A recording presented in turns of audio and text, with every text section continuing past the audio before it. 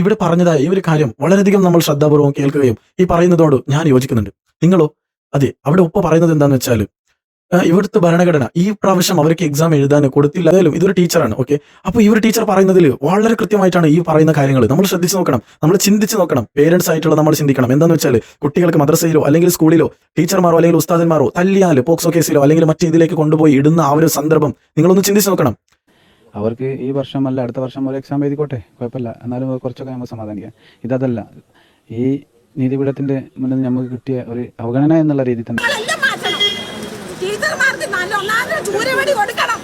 ടീച്ചർമാരെ കൈ ചൂരവടി വേണം, അല്ലാതെ ഈ ലോകം നന്നാകാൻ പോകുന്നില്ല. ബലം പ്രയോഗിച്ച് അറസ്റ്റ് ചെയ്തു നീക്കി. പ്രതികളെ പരീക്ഷ എഴുതാൻ അനുവദിക്കില്ല എന്ന് കഴിഞ്ഞ ദിവസം തന്നെ പ്രതിപക്ഷ വിദ്യാർത്ഥി. അസ്സലാമു അലൈക്കും വറഹ്മത്തുള്ളാഹി വബറകാതുഹു. പ്രിയമുള്ളവരെ, ഈ വീഡിയോ നിങ്ങൾ എന്തായാലും അവസാന ഭാഗം വരെ കേൾക്കുകയും ഇവർ വീഡിയോനെ പറ്റിയിട്ട് നിങ്ങളുടെ അഭിപ്രായങ്ങൾ നിർദ്ദേശങ്ങൾ തീർച്ചയായും ഇവർ വീഡിയോയുടെ താഴെ കമൻറ്റിലൂടെ ഇടുകയും ചെയ്യണം.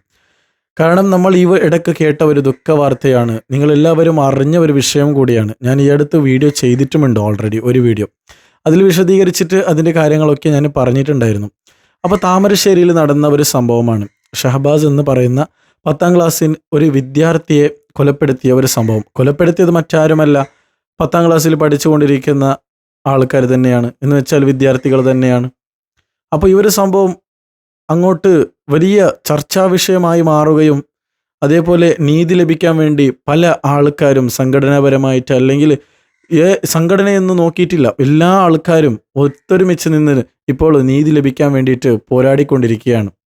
കേരളം ഒന്നടങ്കം ഇപ്പോൾ ഈ ഒരു വിഷയമാണ് ചർച്ച ചെയ്യാനുള്ളത്. മറ്റൊരു വിഷയം കൂടി അവർക്ക് ഇല്ല എന്നുള്ളതാണ്. അത്രയും പ്രധാനപ്പെട്ട ഒരു വിഷയമാണ്.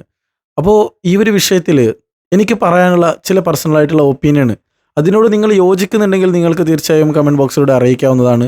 ഇല്ലെങ്കിൽ നിങ്ങൾക്ക് നിങ്ങളുടേതായ അഭിപ്രായങ്ങൾ നിങ്ങൾക്ക് അറിയിക്കാവുന്നതാണ്. അപ്പോൾ ഈ അടുത്തായിട്ട് ഞാൻ ആ ഒരു വിഷയം ഇങ്ങനെ തുടർന്ന് ഇങ്ങനെ കണ്ടുകൊണ്ടിരിക്കുമ്പോൾ അതിനിങ്ങനെ ഫോളോ അപ്പ് ചെയ്തു പോകുമ്പോൾ എനിക്ക് 3 വിഷയമാണ് ഇതിൽ നിന്ന് എനിക്ക് ലഭിച്ചത്. ആ ഒരു 3 വിഷയങ്ങൾ നിങ്ങളുമായി ഷെയർ ചെയ്യാൻ വേണ്ടിയിട്ടാണ് ഈ ഒരു വീഡിയോയിൽ ഞാനിപ്പോൾ വന്നിട്ടുള്ളത്. അതിൽ ആദ്യമായിട്ട് തൻ്റെ പിതാവ് പറയുന്ന കാര്യങ്ങളുണ്ട്. അതേപോലെ റോഡിലൂടെ ഒരു വയസ്സായ ഒരു ഉമ്മ പറയുന്ന ഒരു കാര്യം കൂടിയുണ്ട്. ആ ഒരു വിഷയം കൂടി ഞാൻ നിങ്ങൾക്ക് ഉൾപ്പെടുത്തി തരാം. ഏതായാലും വീഡിയോ നിങ്ങൾ അവസാനം ഭാഗം വരെ കാണണം. ചിലപ്പോൾ ഈ വീഡിയോ കുറച്ച് ലെന്തി ആയി പോകും. ആയതുകൊണ്ട് ഞാൻ മറ്റു ഭാഗത്തേക്കൊന്നും കടക്കുന്നില്ല, വിഷയം നിങ്ങൾക്ക് എല്ലാവർക്കും അറിയുന്നത് കൊണ്ട്. ഓക്കെ. അപ്പോൾ ഈ അടുത്ത് നമുക്ക് ആദ്യമായിട്ട് ഈ ഉപ്പ പറയുന്ന ഈ കാര്യത്തിൽ ഒരു ചെറിയൊരു വാക്കുണ്ട്. ആ ഒരു വാക്ക് നമുക്ക് മെയിനായിട്ട് നമുക്ക് ഫോക്കസ് ചെയ്യാം. ഇത് ഞാൻ നിങ്ങൾക്ക് ഒന്ന് പ്ലേ ചെയ്ത് തരാം. ഇതിനെക്കുറിച്ച് ഇന്നലെ രാത്രി ആ ന്യൂസ് കണ്ടതോടെ നമ്മൾ ഭാര്യയും ഞാനും വളരെയേറെ ഒന്നുകൂടി ഡൗൺ ആയതാണ്. ഒരു പ്രതീക്ഷ ഉണ്ടായിരുന്നു ഈ ഗവൺമെൻറ്റിൻ്റെ ഭാഗത്തുനിന്ന് പക്ഷെ തന്നെ ഒരു നീതി കിട്ടും. അതും നഷ്ടപ്പെട്ട ഒരു കണ്ടീഷനാണ് കാണുന്നത് സ്റ്റാർട്ടിങ്ങിൽ തന്നെ. അവർക്ക് ഈ വർഷം അല്ല അടുത്ത വർഷം ഒരു എക്സാം എഴുതിക്കോട്ടെ, കുഴപ്പമില്ല. എന്നാലും കുറച്ചൊക്കെ നമുക്ക് സമാധാനിക്കാം. ഇതല്ല, ഈ നീതിപീഠത്തിൻ്റെ മുന്നിൽ നമുക്ക് കിട്ടിയ ഒരു അവഗണന എന്നുള്ള രീതി തന്നെ ഞാൻ കാണുന്നത്. ഇനിയും മുന്നോട്ട് തുടർന്ന് എങ്ങനെയാവും എന്താവും എന്നും പറയാൻ പറ്റില്ല. വലിയ പ്രതിഷേധമാണ് അവിടെ വരുന്നത്. എന്ത് പ്രതിഷേധമായി കഴിഞ്ഞാൽ അവർക്ക് സുരക്ഷ ഒരുക്കി അവർ പരീക്ഷ എക്സാം എഴുതാൻ പോവുക. എൻ്റെ മകന് ഹോൾ ടിക്കറ്റ് അലമാരയിൽ വെച്ച് ഇന്ന് അണിഞ്ഞൊരുങ്ങി പോയ മകനാണ്. അത് കാണുമ്പോൾ ഏതൊരു രക്ഷിതാവിനും നെഞ്ചു പൊട്ടും. ഇന്ന് ഈ ആവർത്തനം നടന്നതുകൊണ്ട് ഇനി ഇതിലും വലിയ കുറ്റകൃത്യങ്ങളിലേക്കാണ് പോകുന്നത്. അതിന് ഒരു തടയിടാൻ വേണ്ടി ഈ വർഷം അവർ എഴുതണ്ട, സസ്പെൻഷൻ ആയതുകൊണ്ട് അത് മറ്റുള്ള കുട്ടികൾക്ക് ഒരു പ്രചോദനമാവുമായിരുന്നു. മാത്രം നമുക്ക് മതി. അത് ഏകദേശം 5 മിനിറ്റോളം അവർ ഇതുണ്ട്. പക്ഷെ ഇവിടെ പറഞ്ഞതായ ഈ ഒരു കാര്യം വളരെയധികം നമ്മൾ ശ്രദ്ധാപൂർവ്വം കേൾക്കുകയും ഈ പറയുന്നതോട് ഞാൻ യോജിക്കുന്നുണ്ട്. നിങ്ങളോ? അതെ, അവിടെ ഉപ്പ പറയുന്നത് എന്താണെന്ന് വെച്ചാൽ ഇവിടുത്തെ ഭരണഘടന ഈ പ്രാവശ്യം അവർക്ക് എക്സാം എഴുതാൻ കൊടുത്തില്ലായിരുന്നുവെങ്കിൽ മറ്റുള്ള കുട്ടികൾക്ക് അതൊരു ഇതായി പോകുമായിരുന്നു. പക്ഷേ ഇവിടെ ഇവർ ചെയ്തത് എന്താണ്?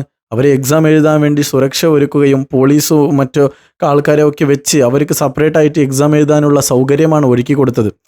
ഈ കൊല്ലം അവിടെ ഉപ്പ പിന്നെയും പറയുന്നുണ്ട് അടുത്ത കൊല്ലം എഴുതിയാൽ കുഴപ്പമില്ലായിരുന്നു. പക്ഷേ ഇവിടെ ആദ്യം സ്റ്റെപ്പ് തന്നെ ഇവർ എക്സാം എഴുതാൻ വേണ്ടി അവർക്ക് അവസരം കൊടുത്തു. ഇതിൽ തന്നെ നമുക്ക് മനസ്സിലാക്കാം എത്രത്തോളം എനിക്ക് ന്യായം അല്ലെങ്കിൽ നീതി കിട്ടും എന്നുള്ളത് ആ ഉപ്പ അവിടെ നിന്ന് വളരെ സങ്കടകരമായിട്ടാണ് പറയുന്നത്. മാത്രമല്ല തൻ്റെ മകൻ്റെ ഹാൾ ടിക്കറ്റ് അടക്കം അവിടെ അലമാരയിൽ വെച്ച് കരഞ്ഞുകൊണ്ടാണ് പറയുന്നത്. ഏതൊരു രക്ഷിതാവൊക്കെയാണെങ്കിലും നിങ്ങൾ ചിന്തിച്ച് നോക്കി, നിങ്ങളുടെ മക്കളോ അല്ലെങ്കിൽ നിങ്ങളുടെ കുടുംബത്തിൽ ആർക്കെങ്കിലും ഈ ഒരു സംഭവം നടന്നിട്ടുണ്ടായിരുന്നുവെങ്കിൽ എന്തായിരിക്കും നിങ്ങളുടെ അവസ്ഥ? നിങ്ങളൊന്ന് ചിന്തിച്ച് നോക്കിയാൽ മതി. ഇവിടെ അതല്ല, എക്സാം എഴുതാൻ വേണ്ടിയിട്ട് അവർക്ക് അവസരം കൊടുക്കുകയും ആ 5 പേരെ എക്സാം എഴുതാൻ വേണ്ടി സെപ്പറേറ്റ് ഒരു ഇതിലേക്ക് കൊണ്ടുപോവുകയും അവരെ എക്സാം എഴുതിപ്പിക്കുകയും വേണ്ട പ്രൊട്ടക്ഷനൊക്കെ കൊടുക്കുകയും ചെയ്ത് എന്നുള്ളതാണ്. ശരിയാണ്, 18 വയസ്സ് തികഞ്ഞിട്ടില്ല. അവിടെ നമ്മൾ ഈ ഒരു ഇത് ഞാൻ കണ്ടപ്പോൾ ഫോളോ അപ്പ് ചെയ്തു പോകുമ്പോൾ അതിലെനിക്ക് മനസ്സിലാക്കാൻ വേണ്ടി സാധിച്ചിട്ടുള്ളത് എന്താണെന്ന് വെച്ചാൽ, ഇത്തരത്തിലുള്ള കൃത്യങ്ങൾ ചെയ്ത് ഏതോ ഒരു ആക്ട് പ്രകാരം, ശരിക്കും എനിക്ക് ഓർമ്മയില്ല, അതിൽ അവർ നല്ല രീതിയിൽ പക്വതയുള്ള അല്ലെങ്കിൽ ചിന്താപൂർവം ചെയ്തിട്ടുണ്ടെങ്കിൽ അവർക്കതിന് വേണ്ടതായ ശിക്ഷ കൊടുക്കാം എന്നുള്ളതാണ് നമുക്ക് മനസ്സിലാക്കാൻ വേണ്ടി കഴിയുന്നത്. നീതി ഇതിൽ എഴുതിയ പ്രകാരമാണ് ഞാനിപ്പോൾ പറഞ്ഞുകൊണ്ടിരിക്കുന്നത്. ഞാനിപ്പോൾ കേട്ട് വന്നതേ ഉള്ളൂ. ഏതോ ഒരു വീഡിയോ, ശരിക്കും ഓർമ്മ വരുന്നില്ല, ആ ഒരു വീഡിയോയിൽ ഞാൻ കേട്ടതേ ഉള്ളൂ.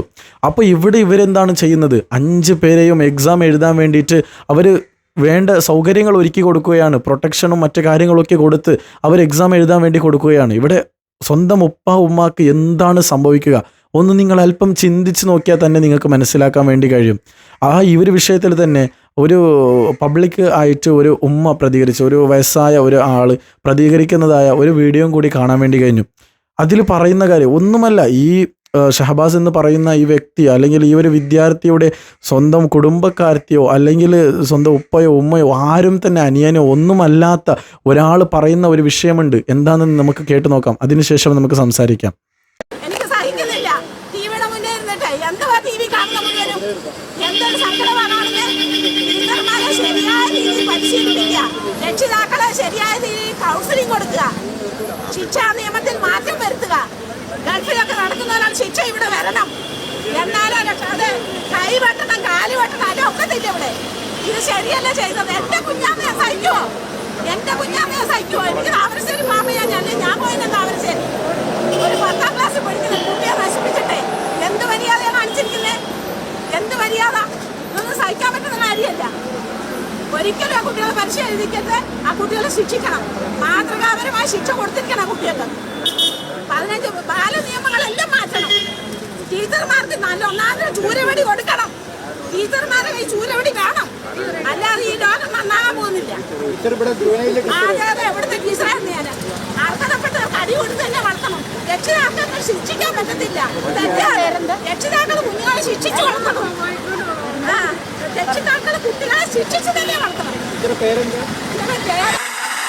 ഇതൊരു ടീച്ചറാണെന്ന് എനിക്കിപ്പോഴാണ് മനസ്സിലായത്. ഓക്കെ, ഏതായാലും ഇതൊരു ടീച്ചറാണ്. ഓക്കെ, അപ്പോൾ ഈ ഒരു ടീച്ചർ പറയുന്നതിൽ വളരെ കൃത്യമായിട്ടാണ് ഈ പറയുന്ന കാര്യങ്ങൾ നമ്മൾ ശ്രദ്ധിച്ച് നോക്കണം, നമ്മൾ ചിന്തിച്ച് നോക്കണം. പേരൻസ് ആയിട്ടുള്ള നമ്മൾ ചിന്തിക്കണം. എന്താണെന്ന് വെച്ചാൽ, കുട്ടികൾക്ക് മദ്രസയിലോ അല്ലെങ്കിൽ സ്കൂളിലോ ടീച്ചർമാരോ അല്ലെങ്കിൽ ഉസ്താദന്മാരോ തല്ലിയാൽ പോക്സോ കേസിലോ അല്ലെങ്കിൽ മറ്റേ ഇതിലേക്ക് കൊണ്ടുപോയി ഇടുന്ന ആ ഒരു സന്ദർഭം നിങ്ങളൊന്ന് ചിന്തിച്ച് നോക്കണം. തൻ്റെ കുട്ടിക്ക് ആരെങ്കിലും അടിച്ചു അല്ലെങ്കിൽ ടീച്ചറോ ഉസ്താദ് അടിച്ചു എന്ന് വെച്ചാൽ അപ്പോൾ തന്നെ നിങ്ങൾ പോയി പോലീസ് സ്റ്റേഷനിലേക്ക് കേസ് കൊടുക്കുകയും മറ്റ് അവിടെ ഉസ്താദന്മാരെയോ അല്ലെങ്കിൽ ടീച്ചർമാരെയോ അവിടുന്ന് സ്ഥലം മാറ്റുകയും ഇത്തരത്തിലുള്ള പ്രവർത്തനങ്ങൾ ചെയ്യുന്ന നിങ്ങളാണ് ഇതിന് ഏറ്റവും വലിയ കാരണക്കാർ. ഈ ഒരു കാര്യം നിങ്ങൾ ശ്രദ്ധിക്കുന്നില്ല എന്നുള്ളതാണ്. കൂടുതലായിട്ട് ഒന്നും തന്നെ എനിക്ക് പറയാനില്ല. തീർച്ചയായും നിങ്ങൾ എൻ്റെ കൂടെ നിൽക്കുന്നുണ്ടെങ്കിൽ തീർച്ചയായും നിങ്ങൾക്ക് ഇവർ വീഡിയോൻ്റെ താഴെ ഞാൻ പറഞ്ഞതിനോട് യോജിക്കുന്നുണ്ടെങ്കിൽ നിങ്ങൾക്ക് അറിയിക്കാവുന്നതാണ്. നിങ്ങളുടേതായ ഒപ്പീനിയൻ, പേഴ്സണലായിട്ടുള്ള ഒപ്പീനിയൻ നിങ്ങൾക്ക് കമൻറ്റ് ബോക്സിലൂടെ അറിയിക്കാവുന്നതുമാണ്. മാത്രമല്ല, ഈ ഒരു വിഷയത്തിൽ പല ആൾക്കാരും പല രീതിയിലും വിമർശനമായിട്ട് രംഗത്ത് വന്നിട്ടുണ്ട്. അവിടെ പല എല്ലാ സംഘടനകളും അവിടെ വന്നെത്തുകയും ആ ഷഹബാസിന് നീതി ലഭിക്കാൻ വേണ്ടി എല്ലാവരും പോരാടുകയും ചെയ്തിട്ടുണ്ട്. അള്ളാഹു സുബ്ഹാനഹു വ തആല പെട്ടെന്ന് തന്നെ ഷഹബാസിൻ്റെ ആ കുടുംബത്തിന് നീതി ലഭിക്കുമാറാകട്ടെ എന്ന് നമുക്ക് പ്രാർത്ഥിക്കാം. അള്ളാഹു സുബ്ഹാനഹു വ തആല ആ മാതാപിതാക്കൾക്കും കുടുംബക്കാർക്കും നല്ല താങ്ങാനുള്ള ശേഷി അള്ളാഹു നൽകി അനുഗ്രഹിക്കട്ടെ. നമ്മൾ വളരെയധികം ചിന്തിക്കണം സഹോദരങ്ങളെ. ഹാൾ ടിക്കറ്റ് വീട്ടിൽ വെച്ച് അതിനെ കാണുമ്പോൾ അവർക്കുണ്ടാകുന്ന ആ ഒരു ദുഃഖം, ആ ഒരു വേജാറ് നമ്മളെല്ലാവരും ചിന്തിക്കണം, അറിയണം.